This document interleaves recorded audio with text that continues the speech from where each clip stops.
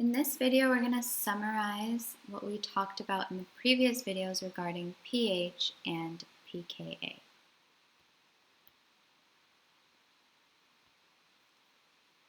And so let's start off with acids. So we said two rules here. When the pH is less than the pKa, then your acid is going to be in its unionized form. So in other words, your UA form will become will remain the UA form. Next, we said that when the pH is greater than the pKa, then your acid is going to be in the ionized form. And so your UA will become an I, and I want to emphasize this, base, ionized base. And that ionized base is going to have what charge? That ionized base is going to have a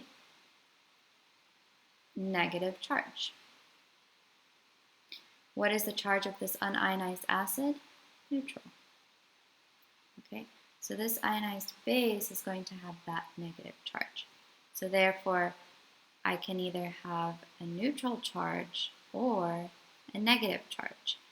But this might be misleading. You might think, well, how is an acid going to have a negative charge?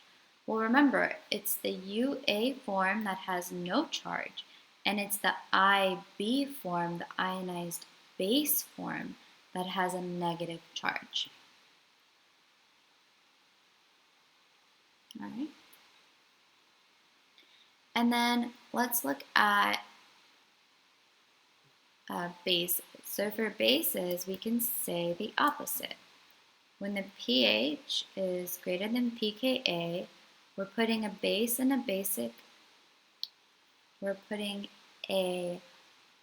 the pH is greater than the pKa, we're putting a base in a basic environment, right? And I actually want to rewrite this to where you could see how these two rules are actually opposites. So when the pH is less than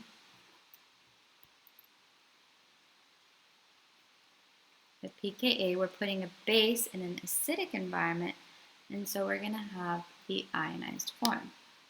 Whereas when the pH is greater than the pKa, we're putting a base in a basic environment, so we're going to get the unionized form. So we're going to have, if we're starting with a UB and we have the pH is less than the pKa, then we're going to end up with the ionized acid form.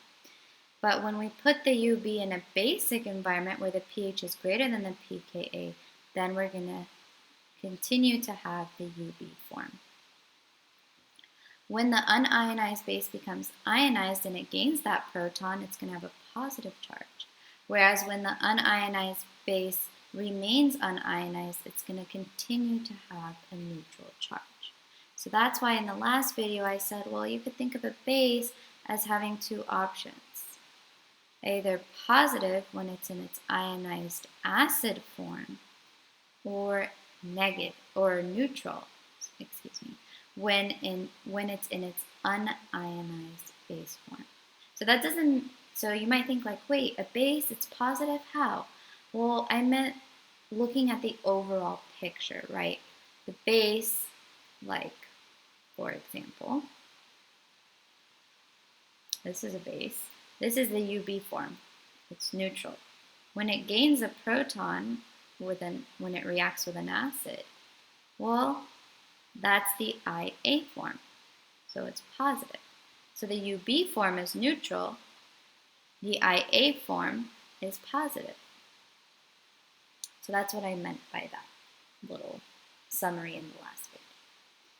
And lastly, I want to apply everything to this problem. So now would be a good time to pause the video, and I want you to circle all the functional groups, determine if they're acidic or basic. Once you determine if they're acidic or basic, label the pKa, the one that you have memorized, and then lastly, determine the charge of this overall molecule at pH 7.4.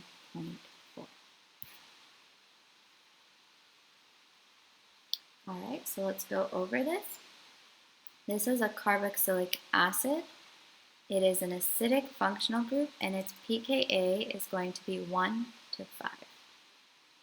This is an ether, and if you go to your slides, you'll see that an ether is actually neutral, and it's not one of the pKa's. You have to have memorized, and it's neutral. Now, this OH is directly attached to an aromatic ring here. So this is a phenyl.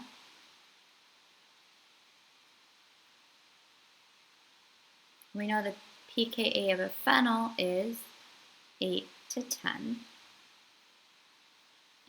And this is an aliphatic amine because there's no aromatic ring directly attached to it, and the pKa of an aliphatic amine is also 8 to 10. Now, the phenyl is also acidic. And the amine is what? It's basic. So what I'm going to do is I'm going to highlight the basic functional group in blue. I'm going to highlight the acidic functional group in pink. And I'm going to highlight the neutral, well, this one's also acidic, so this is acidic, along with the aromatic ring, and this ether here is neutral.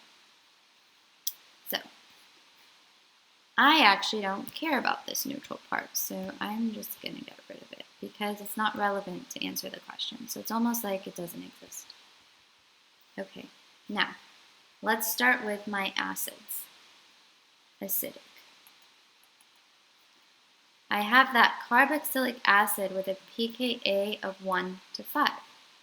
So for that, the pH is greater than the pKa, and so that would mean that I'm looking at this rule up here, and so it's going to be ionized. In other words, I'm putting my carboxylic acid in a basic environment where the pH is greater than the pKa. So putting that carboxylic acid, the UA, in the basic environment is going to give me the IV form, or the negatively charged form of my carboxylic acid. That was my first functional group. Now let's look at my second functional group, which is also an acid. Its pKa is 8 to 10. Well, the pH is 7, so that means that the pH is less than the pKa of 8 to 10. So my unionized acid is being put in an acidic environment, that low pH, so it's just going to stay unionized. And so the overall charge of that group is just going to be neutral. Now let's look at the basic functional group. The basic functional group is that amine. So that amine has a pKa of 8 to 10. So the pH is less than the pKa. So logically, if you put a base, an unionized base, in an acidic environment where the pH is low, well, putting that unionized base in an acidic environment where the pH is less than the pKa will then give you the ionized acid form, or the positively charged form. Alright, so if I want to redraw my molecule, basically what I'm going to have, you can look over here on the far right, is I'm going to have this acidic group is at a high enough pH where the pH is greater than its pKa, so it's going to lose a proton. So it's going to have a negative charge. The phenyl is actually not acidic enough. So the phenyl, in this case, the pKa was greater than the pH, right? And so, or you could think of it as the pH was less than the pKa, so like this rule up here, and so that's going to stay unionized. Remember, we already talked about this. The phenyl, the pH of 7 is less than the pKa of 8 to 10, so it's an acid in an acidic environment. It will stay neutral. Lastly, we talked about the amine. The amine pKa is 8, the aliphatic amine is 8 to 10. And the pH we said was less than the pKa. The pH of 7 is less than the pKa. So the unionized basic form is going to be turned into the ionized acidic form when put in that low pH or that acidic environment. And so that's going to be charged. So overall, I have a Zwitter ion, meaning I have a cationic charge and an anionic charge in this molecule. This molecule is also amphoteric because it has both acidic and basic